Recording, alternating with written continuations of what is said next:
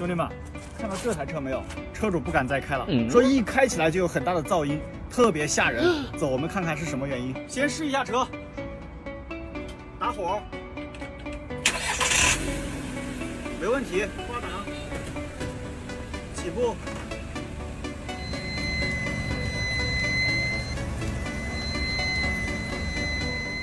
听到没有？这个声音明显是轮胎这边传来的。今天呢，我就看看咱们不去修理厂，能不能啊，在这里就把这个问题给它解决了。一般出现这种声音呢，就是刹车片磨没了。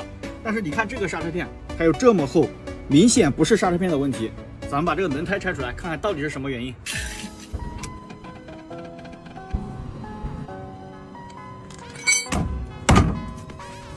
好，轮胎已经拆掉了，我们来看看啊，你看里边这块刹车片厚度也还可以，非常厚。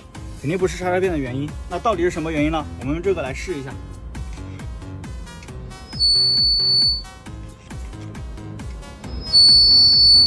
听到没有？特别响。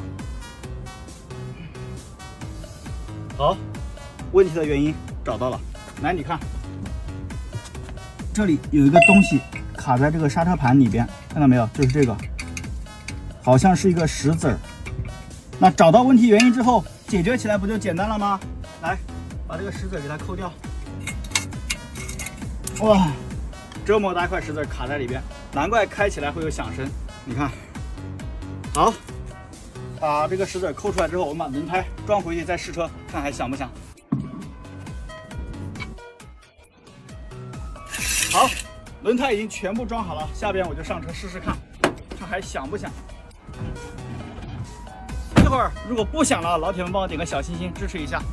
来，启动，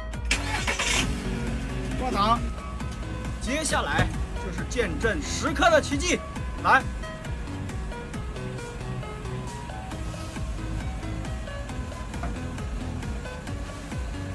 听到没有？一点都不响了，问题已经彻底解决了。怎么样？是不是特别简单？关注我，每天学点汽车知识。